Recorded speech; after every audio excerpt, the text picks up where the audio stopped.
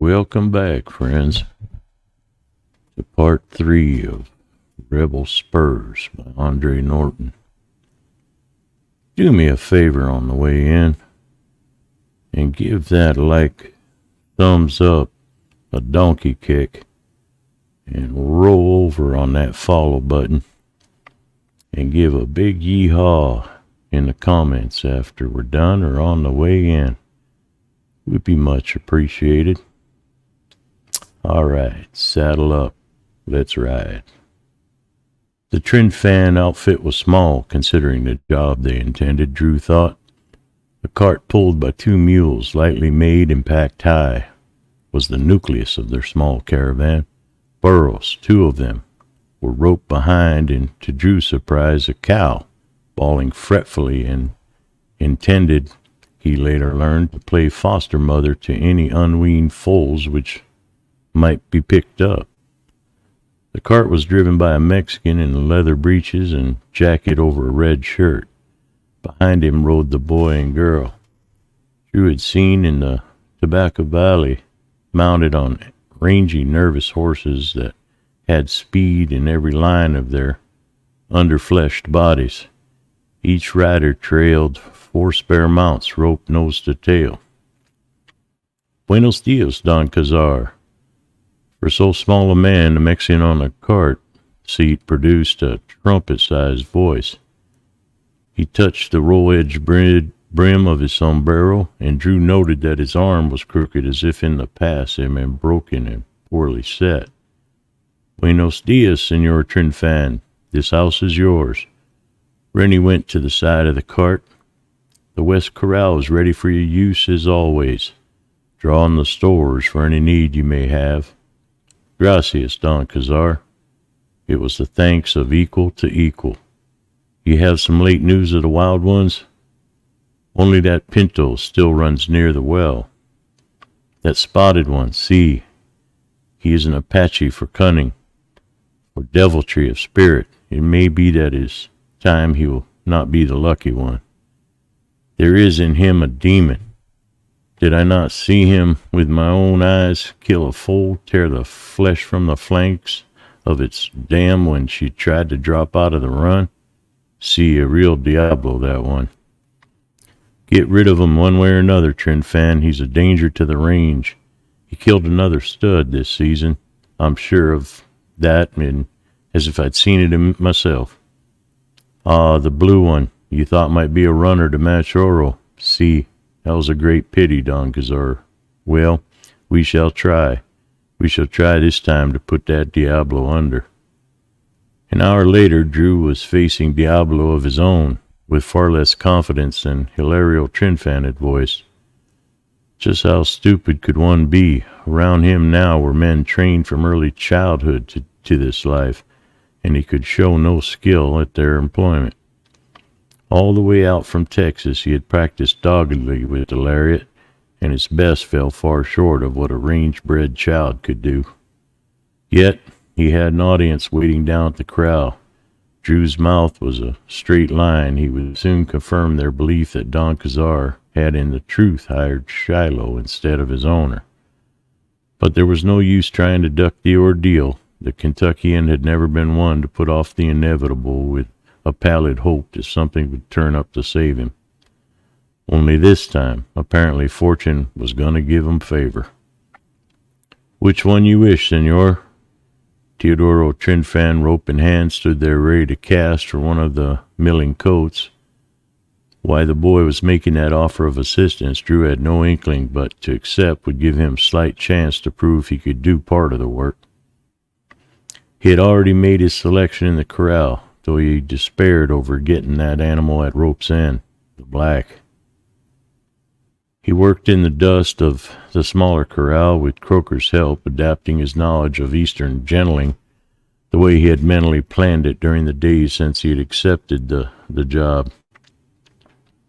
With the excited, frightened colt roped to the steady mule, Drew tried to think horse, feel horse, even be horse, shutting out all the rest of the world just as he had on the day of the race.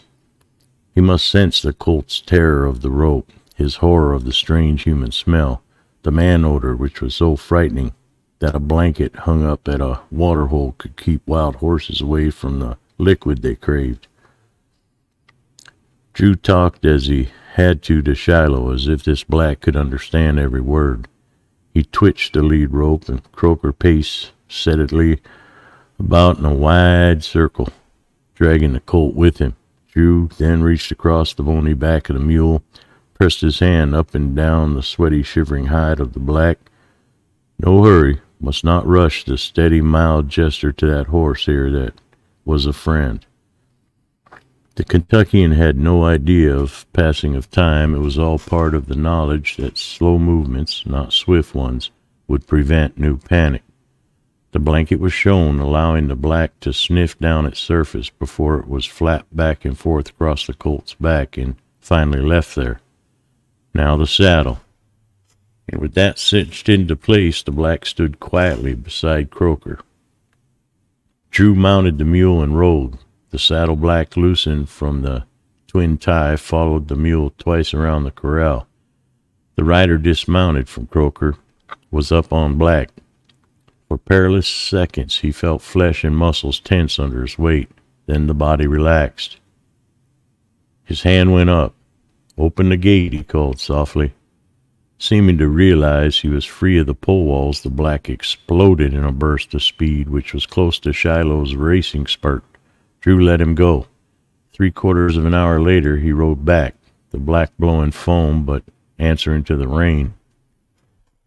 He found Don Cazar, Bartolome, and Hilario Trinfan waiting for him by the corral. The mustanger walked forward with a lurch, his head thrown far back so he could look up at Drew from under the wide brim of his sombrero. "This could not do with a true wild one," he commented. "I know that, senor. This colt was not the enemy, one who has already been hunted by man. He was only afraid. But you have the gift. It is born in one, the gift. A man has it, and the horse knows and answers to it. Ride with me, senor, and try that gift on wild ones." Someday, that was true. Someday Drew did want to ride after wild ones. Antsy stories of horse hunting on the Texas plains had first stirred that desire. Now it was fully awake in him. Don Cazar inspected the black closely. "Well, Bartolome, what do you have to say now?" "Senor Kirby knows his business," the Mexican admitted, "though I think also that this was no true wild one. He'll make a good remount, but he's no fighter such as others I've seen in here." Drew unsaddled and left the black in with Croker. He fed both animals a bait of oats, and in the morning he would be at this again. And he still had not solved the problem of roping. He could not expect Teodoro to come to his aid a second time. He started slowly back to the bunkhouse. "Senor?" Drew raised his wet head from the bunkhouse basin and reached out for a sack and towel. "Yes?"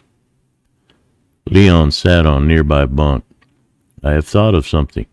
Sounds as if it might be important," Drew commented. "Don Cazar has offered money, $100 gold, to have off the range that killer Pinto stud. But that one, he is like the Apache. He is not to be caught. Can't someone pick him off with a rifle?" "Perhaps. Only that has also been tried several times, senor. My father, he thought he had killed them only 2 months ago. But the very next week, did not the Pinto come to steal mares from the manada? It must have been that he was only creased. No, he is Diablo, and he hides in the rocks where he cannot easily be seen. But there is a plan I have thought of." Leon hesitated, and Drew guessed he was about to make suggestion which he believed he might meet with disapproval. "And this plan of yours, why had Leon come to him with it? Surely young Rivas had better and closer friends at the stronghold. Why approach a newcomer?" "That Pinto, he is a fighter. He likes to fight. He will not allow another stud on the ground, he claims." Drew was beginning to understand. Wild ones were sometimes trapped by a belled mare staked out to draw them in, but a stud to catch fighting stud was another plan altogether. You would offer him a fight? See, but not a real fight. Just allow him to believe that there would be one. Pull him out of the hiding in the rocks. Using what stud for bait? Senor Juanito. He said a stud that would fight too, like Shiloh. Shiloh? Drew wadded the towel in his fist and pitched across the room. Shiloh? Leon must have read something of Drew's blazing anger in his face, for the Mexican's mouth went a little slack, and his hand came up in involuntary gesture as if to ward off a blow. It's a good plan. His boy's voice was thin in protest against Drew's expression. It is harebrained dangerous, began Drew. Then he switched to a question. Did Johnny Shannon suggest using Shiloh for bait, or was that your idea? Senor Juanito, he said one must have a good horse, a fighter, but such a horse would not be hurt. We would wait with rifles and shoot the pinto quickly before he attacked. There would be no harm to Shiloh, none at all. Senor Juanito said that. Only a trick to get the Diablo where we could shoot. Maybe Leon's eyes dropped. A flush rose slowly on his brown cheeks. Maybe it was foolish, but when Senor Juanito told it, it sounded well. Did he tell you to ask me about it? The flush darkened. He did not say so, senor, but one would not do such a thing without permission. Also, you should be one of the hunters, no? How else would we go? Well, there won't be any hunting of that kind, Leon. Trinfan knows what he's doing, and I don't think that pinto is going to be running loose or alive much longer. Drew pulled a clean shirt over his head. What kind of game was Johnny Shannon trying to play? Apparently he had almost talked Leon into using Shiloh as bait in this fool stunt. Had he expected the kid to take the horse without Drew's knowledge? Or for some reason had he wanted Leon to spill this, a trick to get Shiloh out of the stronghold? But why? He buckled on his gun belt, settled the twin holsters comfortably. Shannon. What and why, he repeated silently. Nothing sorted out in his mind. Drew only felt a prickle of uneasiness which began between his shoulder blades and ran a chill down his spine, as if rifle sights were on him. But Shannon did not return to the stronghold, and Drew was kept busy at the corrals from dawn to dusk. In a month of hard work, it was easy to forget what might only be fancies. There was an invigorating Christmas in the air, and the dun gelding of Kentuckian roads savored the breeze as a desert dweller savors water. Drew was indulgent with his mount skittishness as they pounded along at the tail of the horse herd bound for Tobacco. From a rocky point, well before them was a flash of light. Jared Nye on Drew's left took off his hat and waved a wide-arm signal to answer Greyfeather's mirror. Two of the Pimas were scouting ahead on this 2-day drive, and the Anglo riders were keeping the herd to a trot. Apaches, Kitchell, even banditos from all over the border could be sniffing about the range, eyeing its riches, ready to pick up anything they left unprotected. The men rode with their rifles free of the boot, fastened by a loop of rawhide to the saddle horn, the old Texas precaution which allowed for instant action. And at each halt the 6-shooter Colt's loading was checked. Nye swerved, sending a lagger on with sharp crack of quirt in the air. He pulled up to match Drew's sobered trot. That's the last stretch now. It'll be downhill in all green fields all the way. Nye nodded at the narrow opening between two hills lying ahead. Glad to get this band in on all 4 legs and running easy. You expected trouble? Kid, in this here country you don't expect nothing else but. Last time we brought up hosses up the trail, they jumped us 4 or 5 miles back, right close to where we saw that pile of bones this morning. Before he knew what hit us, Jim Barry was face down and never got up again, and the old man took him a crease across the ribs that made him bleed like a stuck pig. Got him patched up and into town, then he keeled over, and when we tried to get down off his hoss and was in bed for a week. Apaches? Nah, we figured it was Kitchell. Couldn't prove it, though. And after that old man made a rule, we take Pimas on every drive. Ain't nothing able to surprise them. Never had no use for engines, but these here are peaceful cusses. Even they don't smell. In Apache, with them riding point, we're sure sliding the groove. Me, I'll be glad to hit town. I'd sure like to keep the barkeep busier than a beaver building himself a new dam. Though with the old man off repping for the law down along the border and needing hands back on the range, we swallows down the dust nice and easy and takes it slow. Anyway, this far from payday, I can count up most of my roll without taking it out of my pocket. This Kitchell, think it's true that some of the ranchers are really helping him? Don't know. Might be he's trying to play the deuce against the whole deck, less'n he lives on that kind of whiskey as would make a rabbit up and spit in a grizzly's eye. He's got something, or someone, to back him. Me, were the old man pounding the hills flat looking for me, I'd crawl the nearest bronc and make myself as scarce as a snake's 2 ears. Nye shrugged. Kitchell's got some powerful reason for squatting out in the brush playing cat-eyed with most of the territory. Maybe so. There's some as will sit in his side, but they sure got their jaws in a sling and ain't bawling about it none. Of course, lots of people were red-hot rebs back in '61 till they saw as how white men fighting each other just naturally gave the Apaches and some of the border riffraff ideas about taking over. But most of us now ain't waving no flag. If Kitchell's got him some diehards backing him, Nye shrugged again. Get along here, you knock-kneed, goat-headed wagon loafer. He pushed on to haze another slacker. They were dusty and dry when they dropped the corral gate in place and watched the horses mill around. Drew headed for Kell's stable. Shadow nickered a greeting and turned around as if to purposely edge her daughter forward for this inspection. Pretty, ma'am, he told her. Very pretty. She's going to be a fine lady as her ma, I'm willing to swear to that. The filly lipped Drew's fingers experimentally and then snorted and did a frisky little dance with her tiny hoofs rustling in the straw. Gills had been good as his promise, Drew noted. Mother and child had expert attention, and Shadow's coat had been groomed to a glossy silk. Her black mane and tail were rippling satin ribbons. Gonna take 'em back to the range with you, Mr. Kirby? Callie came down from the loft. Yes, I'll need a cart driver, though. We'll have to give the foal a lift. Know anyone for hire, Callie? I'll ask around. Have any trouble coming up? No.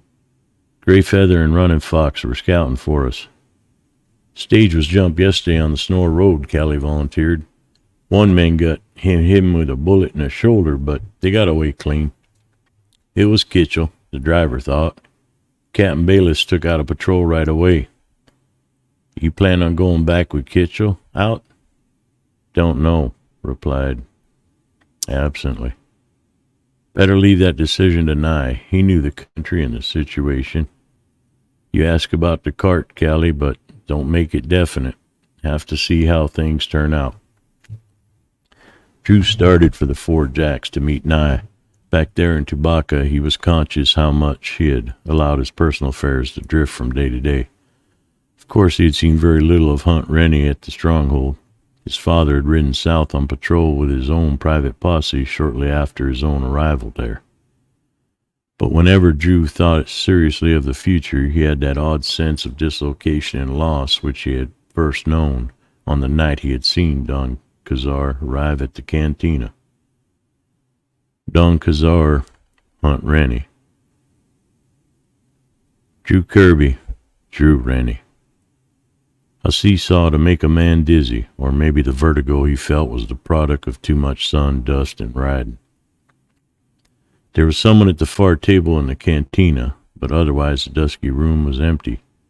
Drew went directly to the bar. Got any coffee, Fowler? Sure thing.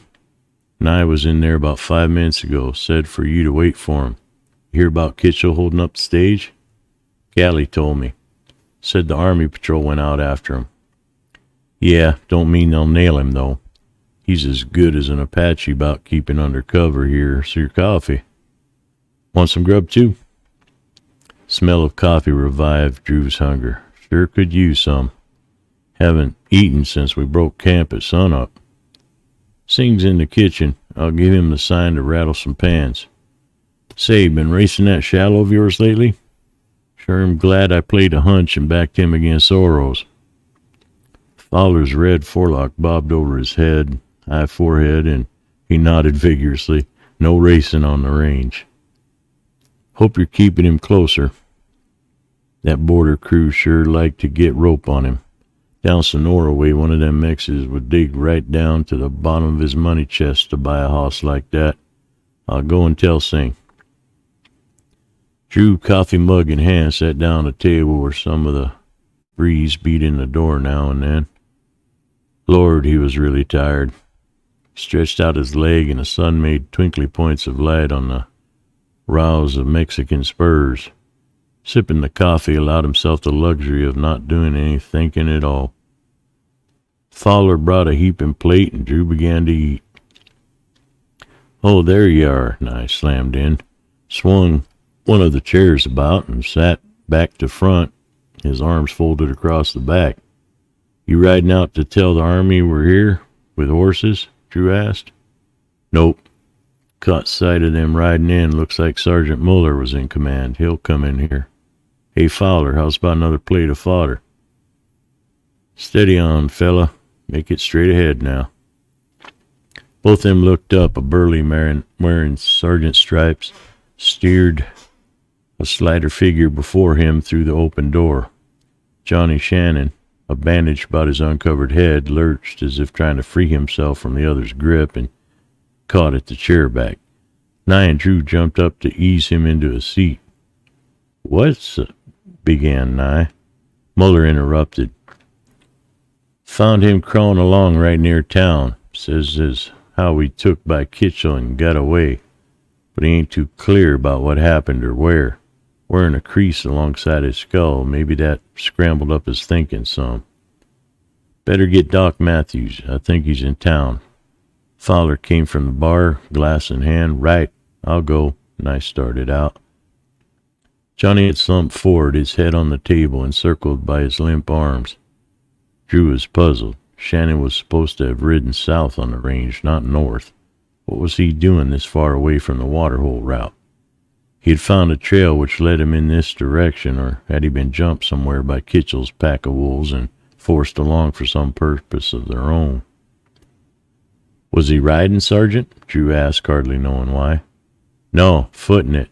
Said something about Long Canyon after we gave him a pull at the canteen. Sure came a long way if that's where he started.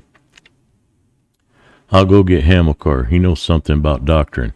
Fowler cut in. Maybe Doc Matthews ain't here after all. Hey, Sarge, can I see you for a minute? Came a hail from without. You manage? Muller made it more order than request as he left. Drew sat alone with Shannon, one hand on the boy's shoulder to steady him. He was aware of movement behind him. If the fellow at the back table had been dozing earlier, he was roused now. Where'd you get them spurs? Drew turned, his lips shaped a name, tried again, got out a hoarse whisper. Ants. Don't know me, no ants. He saw eyes lift from the floor level, the scarred cheek under a ragged fringe of beard, and then astonishment in the other's expression became a flashing grin. Drew? Drew Rennie? Lordy, it's sure enough Drew Rennie. Drew was on his feet, his hands on the other's shoulder, pulled him forward into rough half embrace. Ants! He swayed to the joyless pounding of fists between his shoulder blades. I thought you were dead. He gasped. And I seen you go down. A slug hit you plumb center, the Texan sputtered. Rolled round bush and saw you get it, but for a ghost you're sure lively. Caught me in the belt buckle. Drew recounted that miracle of war. Knocked me out. Didn't really touch me the matter, though. Ants pushed away a little, still holding Drew tightly by the upper arms. Anybody told me I'd see Drew Rennie alive and kicking, I'd say straight to his face he was a fork-tongued liar. Drew came partly to his senses, and at the presence of Fowler, Nye, either one of them could come back to his reunion. Ants, listen, this is important. I ain't Drew Rennie, not here, not now. I had to draw a new name out of the deck. Anstey's grin faded, his eyes narrowed. All right, what's the going handle? Kirby, Drew Kirby. I'll explain later. He had given the warning only just in time. Fowler and Hamilcar were coming from the back room of the cantina, that there was a stir at the table. Johnny was sitting up, his head swaying from side to side, his eyes on Drew and Ants, but the stare was unfocused. He must still be only half conscious. Drew had a fleeting pick of worry. Had Shannon heard anything? Would he remember? There was nothing to be done about that now. And that's the way it is. Drew sat on the stool, which was the only other furnishing in the bath cubicle, while Ants splashed and swallowed in the bathtub. The Texan swiped soap from his cheek, and ain't you gonna tell? I don't know, would you? Go with my hat, and I'd say, well, Pa, here's your wandering boy. No, I don't know as how I'd be making that kind of play neither. Never was one to unspool the bedroll till I was sure of the brand I was riding for. And you and me's kind of hide matched there. Glad you wised up in time. Maybe I didn't, Drew admitted. You mean Shannon? I know you think he's filling his teeth for you, but I'd say he was too busy counting stars from that skull belting to make sense out of our heroine. I'll give him the eye, though. Listen now, you're Kirby, so I'm called for a rebranding too. Seems like two Kirbys turning up in the same town this size is going to make a few people ask questions. You're my cousin Anson Kirby. Drew had already thought that out. Now you've come to tall talking to do for yourself. I saw you roll out of your saddle back in Tennessee. How come you turn up here now? Anstey sluiced water over his head and shoulders with cupped hands. Do I tell just like it happened? You'll think I'm calling up mountains out of prairie dog hills. It's that crazy. But it's range truth.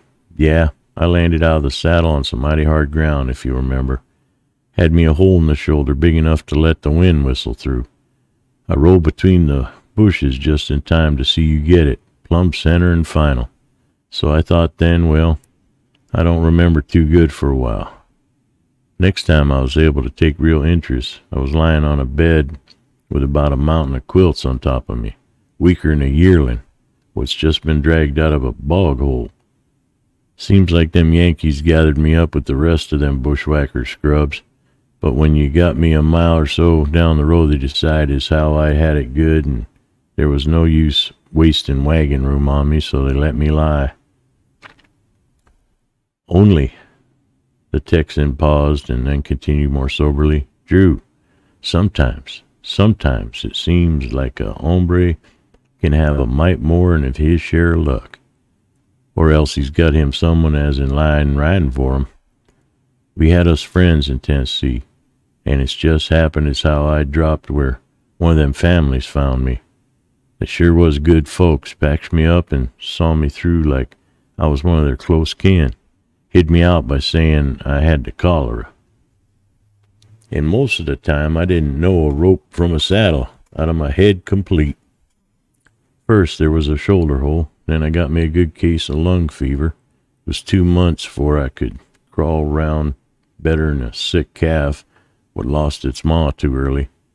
Then, just as I could stamp in my boots on the ground and expect to stand straight up in 'em, this here Yankee patrol came along and dogged me right into a bunch of our boys they had rounded up. Had me some weeks in prison stockade, which ain't, I'm telling you, no way for you to spend a living time. Then, this here war was over and I was loose. No hoss, no nothing. Some of the boys got to talking about trailing back to Texas, trying out some ranching in the bush country. A lot of wild stuff down there. Nobody's been running brands on anything much since '61. We planned to get a herd of Mavericks, drive up into Kansas and Missouri, and sell 'em. A couple of the boys had run stuff in that way for the Army, even swum across the Mississippi. Wouldn't maybe give us a start. And, well, there weren't nothing else to do, so we tried it. And sat staring down at the water, lapping at his lean middle. He was very thin body, the ribs standing out beneath the skin almost as harshly as they did wheel of the scar on his shoulder. And it didn't work. Well, it might if I ain't saying it won't for some hombres, only we run into trouble. Texas ain't Texas no more. It's the 5th Military District. Any man what fought for the Confederacy ain't got any rights. It's worse than the Indian War. We got us our herd, leastwise the beginning of one, and that was back-breaking work. We was feeling as beat as when we were run out of Tennessee after Franklin, only we kept to it, 'cause it would give us a stake. So we started driving north, and they jumped us. Who? The Yankees. The brand would probably set at home and let others do the real fighting, ready to come in and take over once the shooting was done with. They grabbed the herd, shot Will Bacchus when he stood up to them, and made it illegal 'cause they had a tin-horn deputy riding with them. Well, we got him and 2 or 3 of the others, but then they called in the Army and we had to ride for it. Scattered, so they had more than one trail to follow, but they posted us as wanted back there, so I came whipping a mighty tired hoss out of Texas, and I ain't playing it. I'm going back to any 5th Military District. Any chance they'll push a star after you here? Nah, I'm just small stuff, not worth barring about. But I reckon now I ain't got anything left them buzzards can pick off my bones. They sitting tight and getting fat right there. And it's all set. Drew Tostan's style. Climb out and we'll get started. Doing what? You've worked horses, and they can use another wrangler on the range. Right now, they lot to be topped. Want to gentle 'em some and trade 'em into Mexico if you ride for Don Cazar. Nobody's going to ask you any questions. How do you know he'll sign me on? Ant studied his unkempt, if now clean, reflections in the shaving mirror on the wall. I sure don't look like no bargain. You will when we're through with you, Drew began. Texan swung around. Looky here. You thinking of grub staking? I ain't gonna. Suppose you had yourself a stack of cartwheels in my pockets were to let, Drew retorted. I think I remember me some times when we had one blanket and a hunk of hardtack between us, and there weren't any yours or mine about it. Or don't you think back that far? Ants laughed. All right, compadre. Pretty me up like a new stake rope on a $30 pony. If I don't agree, likely you'll trip up my foreleg and reshoe me anyway. Right now, I'll say it out good and clear. I'm so poor my backbone rattles when I cough. Mr. Kirby. Hamilcar came in. Mr. Nye says to tell you he'll be back. Mr. Shannon's in bed at the doctor's. He's going to be all right as soon as he gets over a mighty big headache. He had actually forgotten Shannon. Hastily, Drew expressed his satisfaction at the news and added, "Here's my cousin from Texas, Hamilcar. He hit town riding light. I'm going over to pick him up a new outfit at Stein's. You give him all the rest, will you?" "Yes, sir." Blue blouses, the corporal's guard of troopers were pulling up by the cantina hitch rail as Drew came out into the plaza. Muller's men, probably, he thought. But now he was more intent on Nancy's needs. Few people had ever broken through the crust of self-sufficiency the Kentuckian had begun to grow in early childhood. His grandfather's bitter hatred of his father had made Drew outsider at Red Springs from birth, and he finally driven him away to join General Morgan in '62. Those he had ever cared about he could list on the fingers of one sun-browned, rain-hardened hand. Cousin Meredith, her son, Shelley, he had died at Chickamauga between one short breath and the next. Shelley's younger brother, Boyd, who had run away to join Morgan, too, in the sunset of Rader's career. And Nancy, whom he believed dead until this past hour. Drew was breathing as fast as he charged across the sun-baked plaza to run. When he came into the general store, which supplied tobacco with 9/10 of the material necessary for frontier living, he made his selection with care. "You planning a trip, Mr. Kirby?" Stein peered at him over a pair of old-fashioned steel-bowed spectacles which perched up on Shop Parrot's beak of a nose. "No, my cousin just rode in. He lost his gear on the road and needs a new outfit, complete." Stein nodded, patted smooth the top shirt on a growing pile. "Anything else?" "I'll look around." Drew paused to glance a single small glass-fronted case which Stein claimed to feign in the surrounding territory. The exotic wares on display were a strange mixture. A few pieces of jewelry, heavy Spanish things, which might be a century or more old, several 6-guns, one with an ornate ivory handle. Drew stopped and pulled a finger across the dusty surface of the glass case.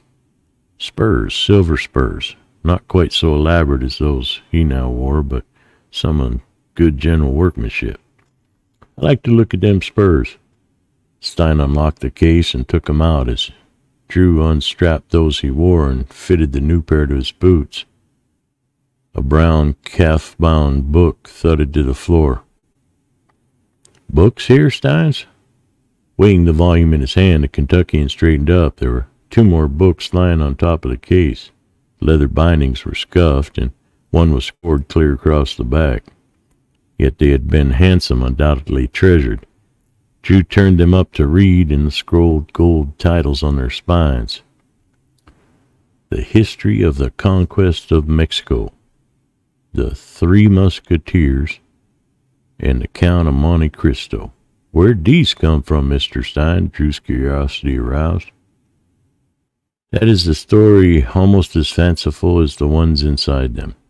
Stein rested his bony elbows on the counter as he talked. "Would you believe, Mr. Kirby, these were brought to me by Amos Lutterfield." "Lutterfield? Who's he?"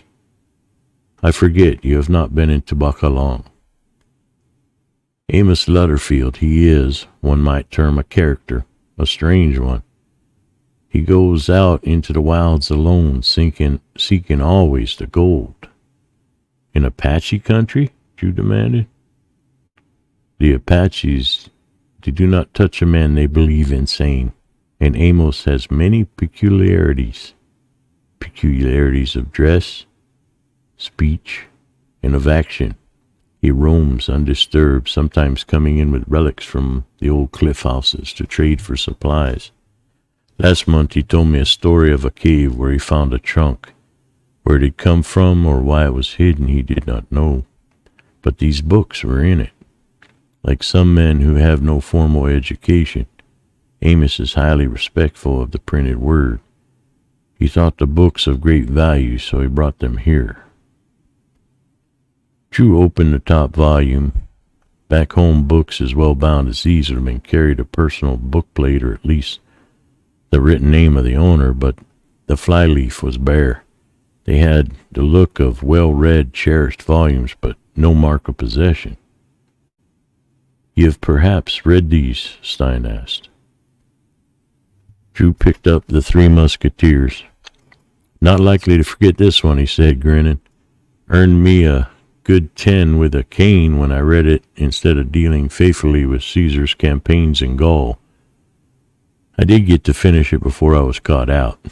Pages separated stiffly under his exploring fingers as if the volume had not been opened for a long time. He did not notice that Stein was eyeing him with his appraisal. "These for sale?" In Stein's, everything is for sale. The storekeeper named the price and Drew bargained. When he left, the 3 books reposed on the top of his armload of clothing, and a half hour later he dropped them down on the cantina table. Ants came from the bathhouse and sat down in the opposite chair. His booted foot moved, but now roll points flashed in the sun. The Texan regarded the Mexican spurs joyfully, stopped to jingle them with his fingertip. "Can't believe it, how they came back to you," he marveled. "One of them Yankees must have took 'em off for me. thinking I was cashing in my chip. Sure feels good to get 'em back on my heels again, sort of like they was my luck. Pa, he said a right lot about them Spurs. Came to me when I was gentle broke a wild one none of the other boys could back. Was I turkey cock proud the first day I rode into town with them, playing them pretty tunes, even though I strapped 'em on over my boots as he was only 3 pieces of leather hanging to each other restless like.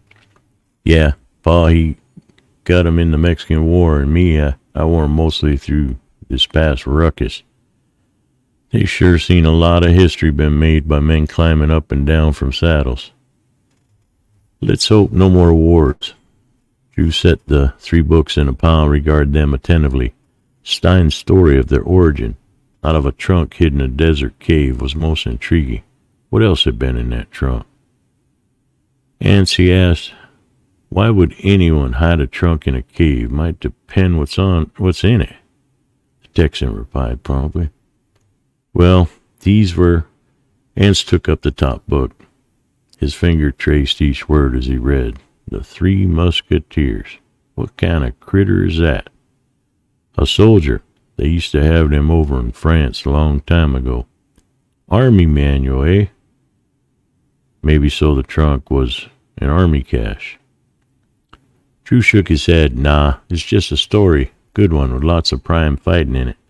This one's a story, too. I've heard about it. Never got a chance to read it, though. He set the Count of Monte Cristo upright on the table.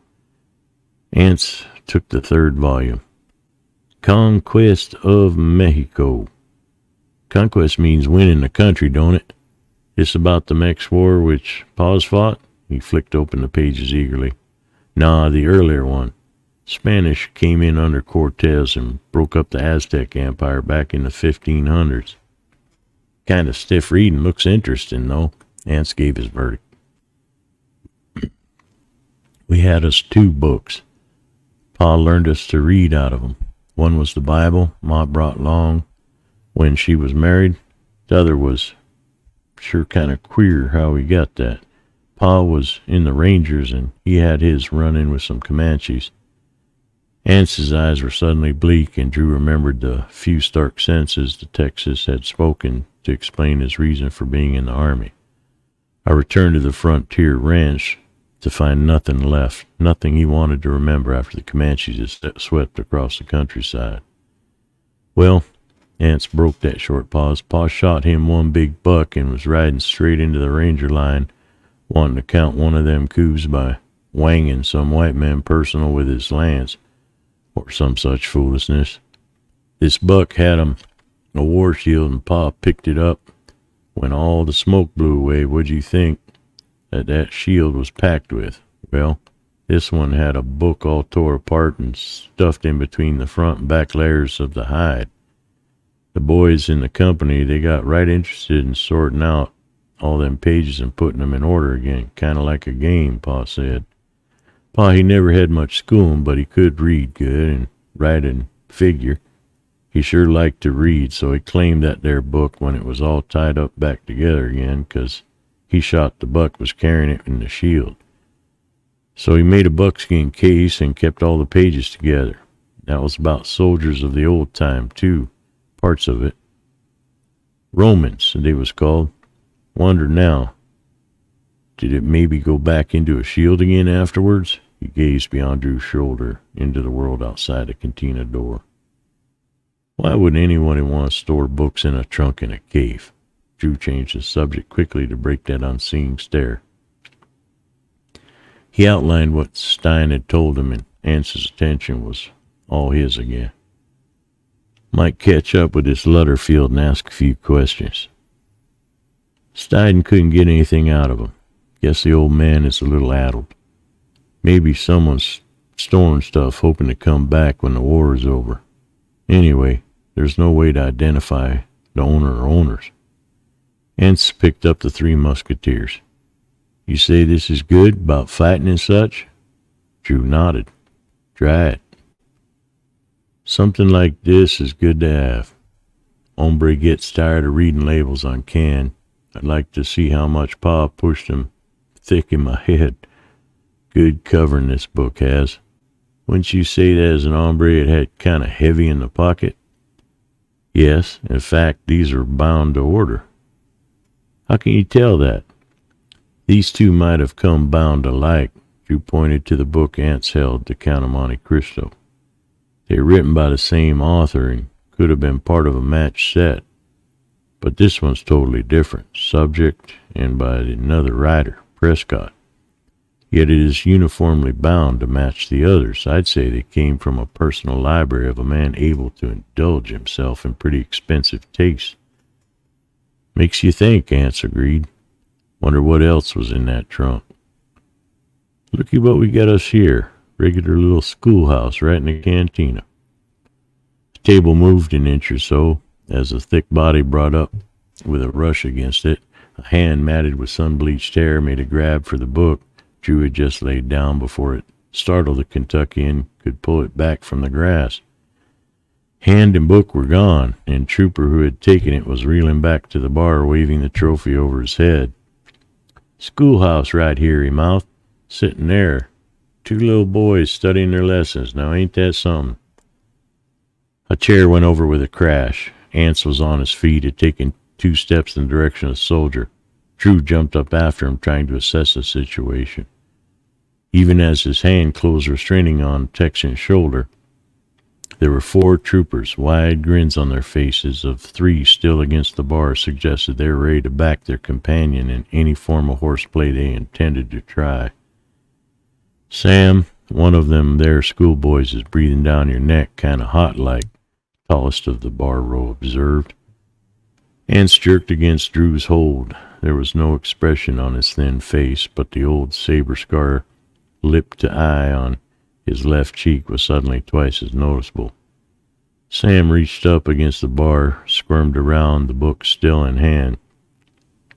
Well now, sonny, you ain't wanting this here book back. Never knowed any little boy what weren't glad to see the last of a book.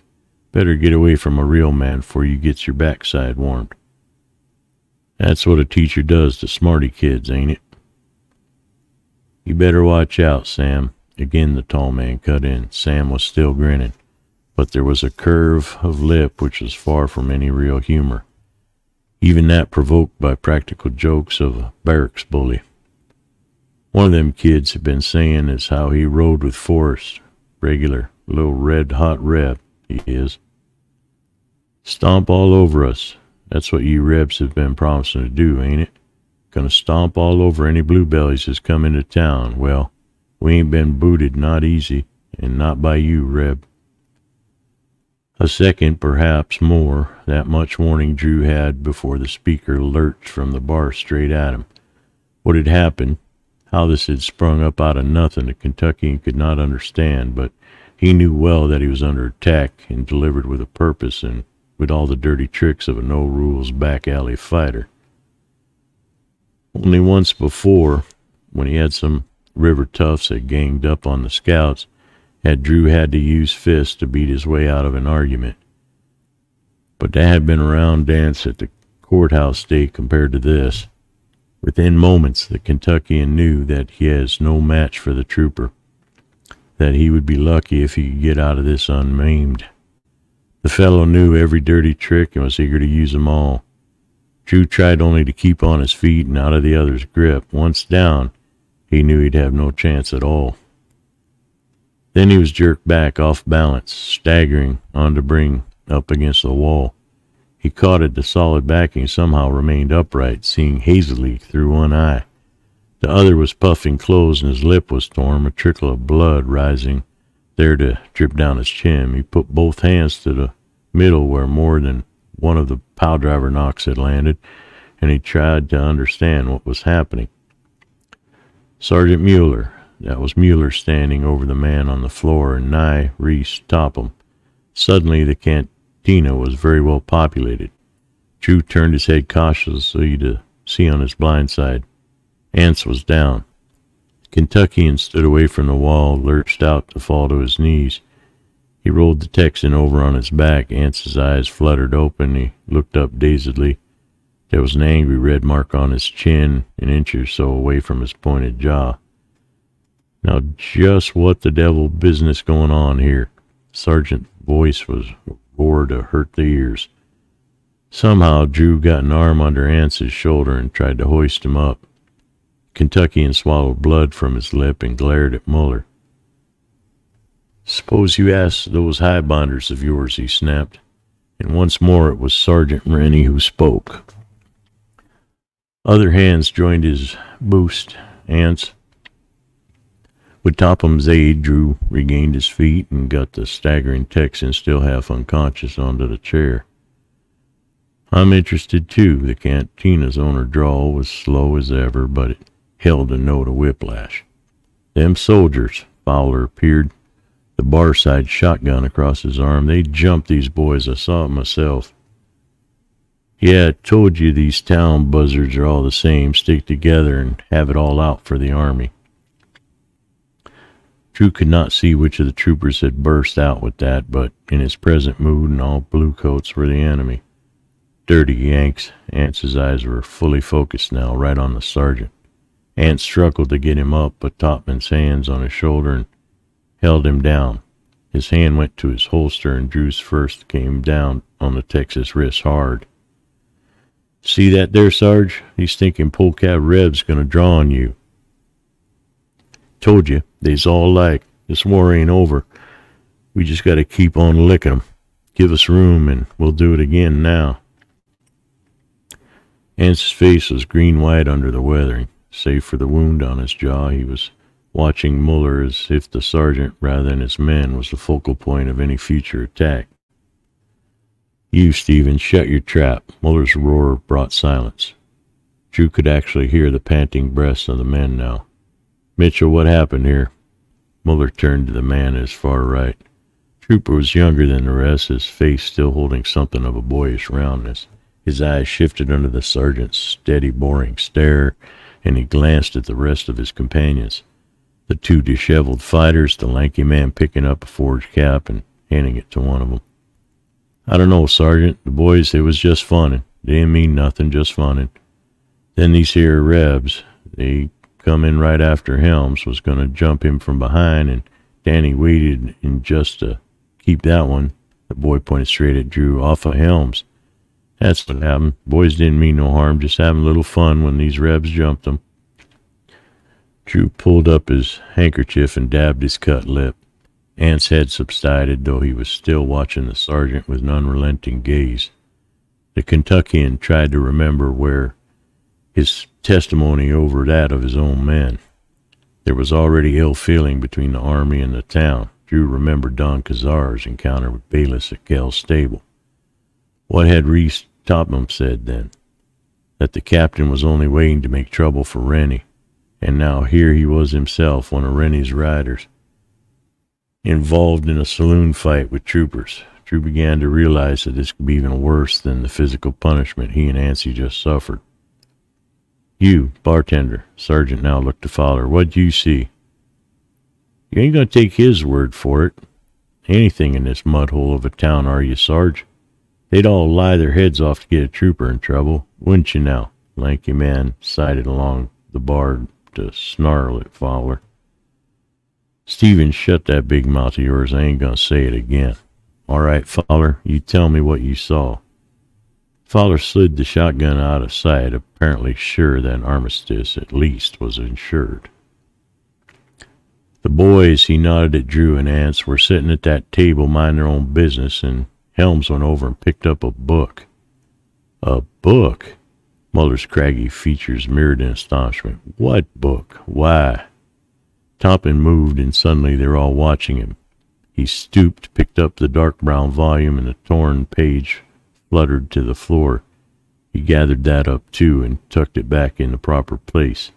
"It would seem, Sergeant," he remarked, "that there was a book involved, and if your men didn't bring it in here, then Kirby or his friend must have. This is certainly not a cantina fixture. History of the Conquest of Mexico." He read the title on a cracked spine. "There are more books, I see." He stepped to the side of the overturned table, gathered the other two volumes, and placed them together in a neat pile on the bar. All of the men continued to watch him as if his actions were highly significant. "So," he turned to face Muller, We've established that there was a book, in fact, 3 books. What did you want with that book, Helms? Muller demanded. He was met with a scowl. Nothing. I was just funning, like Ben said. Then them Reds started playing rough, and we just gave 'em a lesson. Fowler snorted. I say Helms started it, and the jumping went the other way around, Sergeant. And that's all I gotta say.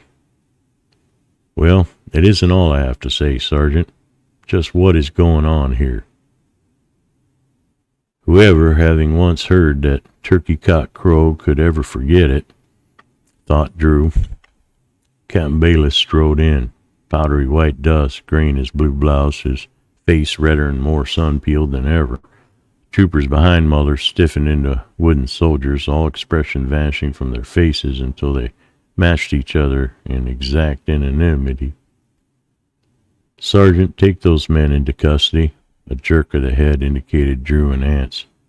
Kentucky straightened. On what charge, Captain? He got out. Attacking a United States soldier. In the performance of his duty, Captain? Reese Topman cut in. I hardly think you can say that. Your men were apparently off duty. At least they're in here drinking, too. You did serve them, didn't you, Fowler? Sure did, boss.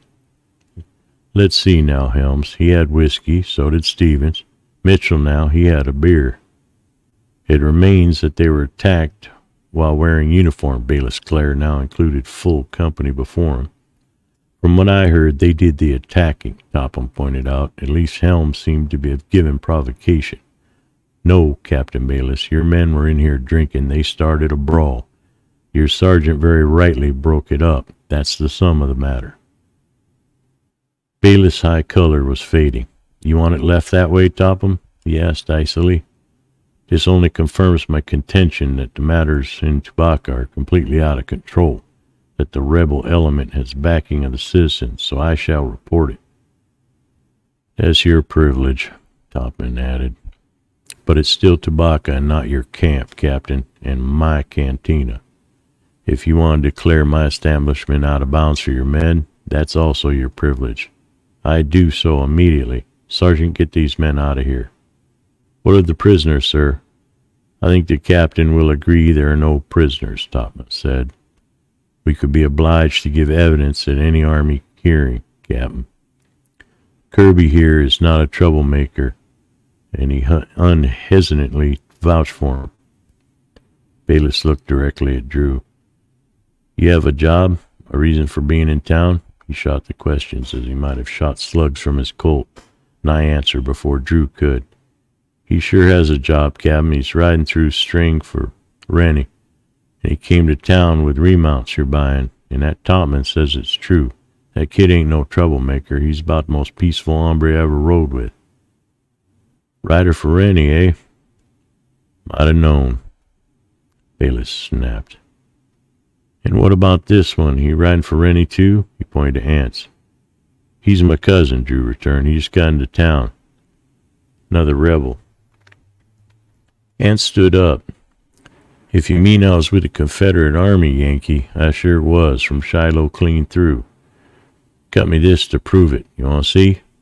From the inner band of his hat, brought out a much creased paper. No, you don't. He twitched the sheet away when Bayliss reached for it. I'll just let Mr. Topman read it. I want to keep it safe. He handed the paper to the gambler. Parole. Captain signed and made out properly, Topman reported. Date in Tennessee for a prisoner of war, June 1865. I hardly think you can claim this one of Kitchell's men if that's what you have in mind. No, he'll be out of this town or he'll answer to me. Both of you. Next time you step over the line, I'm taking you both in. Bayliss spoke now to Nye. I heard young Shannon was here. What, you had him in tow and that he's seen Kitchell. I want to talk to him. He's over at the docks, and Doc will have a say about that, Captain, Nye replied. Johnny took a pretty bad crease alongside the skull. He'll answer a few questions that badly need answering. Bayliss was already on his way to the door. Nye stepped back and let him past. He grinned. Let him have it out with Doc. Ain't nobody running a stampede over Doc Matthews, not even the captain when he's got his tail up, ready to hook sod and both horns. Only listen here, kid. Maybe you better keep out of sight. Seems like a man who's wanting to catch fella making his boot mark in the wrong pasture can sometimes do it. Nye's right, Topman agreed. Bayless can either catch you off or see you're provoked again into doing something he can rope you in for. I get back to the range and stay there until things settle down a bit and someone else takes a good captain's mind off you. What about Ants? Can you take him on, Nye? Drew asked. I ain't got the authority to hire, Kirby, but no reason why we can't go down the trail with us, and old man is always looking for a good rider. As soon as we see how Johnny's doing, we'll head south. I already sent Greyfeather back to tell the old man the kid's hurt and up here. Reese, what do you think about Bayless? He'll try to take over running the town? He might just, the gambler replied. Could he do it? I hardly think so. What he's really out for is Hunt's hide. Doesn't want a powerful civilian ready to face up to him all the time. If he can discredit Don Cazar in this country, he figures he has it made. Nye laughed shortly. Lordy, what bottle did he suck out a dream like that? A lizard might just as well try to fight it out with a cougar and think he had a chance of winning. This here's the range. Ain't nobody but the old man runs the range. Bayless, he's riding for a fall as well jars big grinning teeth right out of his jaws. Maybe only there can be upsets, Topman looked thoughtfully. What kind and how? Drew asked. Topman was playing with the 3 books, setting them up, putting them flat again. Didn't take sides during the war, but he'd have Southern sympathies in part. After all, he was Texas-born. Johnny joined Howard when they raised that Confederate troop here. He retreated with Sibley's force back east and fought through the rest of the war on the southern side. Yes, Bayless, given the right circumstances and sympathetic listening ear in high circles, could make trouble for Rennie, especially if the good captain had an incident on which to hang a report. You kind of shoved him into that out-of-bounds order for the Jacks, didn't you now? And I pushed his hat back of his head and lit a cigarillo. Muller and most of the boys can be counted on not to cause any more than normal pay-night disturbances, but there are some. What did happen here today, Kirby? Drew told it straight and flat in as few words as possible, and Topham's face was sober when he'd finished. The gambler brought the top book of the pile down on the bar with a thud. I don't like it. Just ornery. Orn't it? There's always a few hombres in any outfit as tries to push when they gets a slug or two in their belts, Nye observed. True. Only Helms went out of his way this time, and I'd like to know what triggered him into it. I can understand some roughhousing on his part, Stevens too, providing these boys were on the prod in the beginning. But this book business was too deliberate. Books. He held up the volume he was still fingering. Where'd these come from anyway, Kirby? Drew retailed the story he had heard from Stein, and I walked over to look at display reading matter, his interest plainly aroused. Lutterfield brought them in, eh? Now that's something. Trunk in a cave. Sounds like these might belong to them mine men. A supervisor, maybe. They pulled out fast 61 right after the army left, except for Hodges and the Rebs. Threw him in jail after they took his business and what cash he had on hand. Could be, Topman agreed, but where they came from doesn't matter as much as why Helms chose to use them the way he did. However, and now I'm giving it to you straight, Kirby, this is once I'd follow Bayless' order. You and your cousin here had better make yourself scarce. And just why? Ants demanded. We ain't giving you any double tongue wag over this. I'm not saying you are, I'm just saying that Bayless and probably Helms, and maybe others, will be waiting, just as the captain promised. You can be easily suckered into just such another fight, and they be smarter about it next time, so you won't have a anyone to call their bluff in your favor. Once they get you into the camp stockade, it might be difficult to get you out. And this is something else, stranger. You went for your gun a few minutes ago. Kirby stopped you, but the next time that could lead to real trouble. I can't see why, Drew began. Well, Ance was on the defensive. A man can take just so much pushing, and we had more than that. Next time anybody lays his dirty hands on me, gonna know he's had him some trouble. All right. I don't mean that. Drew waved Ance's retort aside. I don't see why we jumped in the first place unless it was because we happened to be here at the time when they wanted to start trouble. He had made that into a question and looked to Topham for the answer. Could be, the gambler admitted. Only you're not sure, Drew persisted. Could be you're handy and some kind of a hint to start a ruckus just to show there ain't any proper law here. Could be that they knew you ride for hunt and they made you just the game they wanted. Helm's kind of dumb to play any cute game, Nye protested. And the Sarge, he's always been a good guy. I don't see him biting happy on any such backhand orders. Not orders, no. Captain Bayless is still too army to give any such orders. Helm's always been a troublemaker. He wouldn't need much more than a suggestion or two of the right sort. Helm Stevens, Danny Burke, and that kid Mitchell. You're right so far, Nye. Topman grinned. Like as not, I'm imagining things. Greenhorn hunting Apaches behind every bush. None of that crew has the brains to see anything beyond the tip of their nose. No, I guess we can take it that you were handy and they had too much red eye on empty stomachs. Only I mean it, Kirby. You walk soft and get back to the range quick as you can. That suits me, Drew agreed. Come on over and let Doc take a look at that face of yours, Nye ordered. You look like you came up behind a mule and a critter did a mite of dancing backwards. You come along too, he extended the invitation to include Ance. His face patched up after a fashion, Drew lay full length on hay in his old place over at Shadow Stall at Kell's stable. Ance sat cross-legged behind him, bruised now black shadow on his jaw. Something about this show's bad, plain as black saddle on a white hoss. Nobody could be fanning a 6-gun for you personal, Drew, less you had run in before with one of them blue bellies. The Texan paused and Drew shook his head, wincing at pain from his numerous cuts and bruises. Ance went on. Some hombres are always on the peck once they get liquored up, but them troopers weren't that deep. Looks to me now, thinking it over, they was out to make sod fly.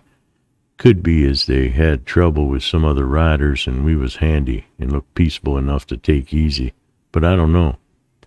You know a fellow who scouted and hunting Injuns and popped bush cattle, but say nothing of topping wild ones. What can look like a nice, quiet little pony one minute and have a belly full of bed springs and sky-touching back the next? Fellow who's had him all that kind of experience and a saddlebag full of surprises in time gets so he can smell a storm coming before the first cloud even shows up. If we had the sense we should have been born with, we'd ride the hell to thunder out of here right now. Ance, Drew wriggled up on one elbow. You do that. I ain't gonna pull you into anything. So, the Texan said, nodding, you been swallowing down a whim-wham or two yourself? Yes, but every one of them could only a shadow to scare a jackrabbit.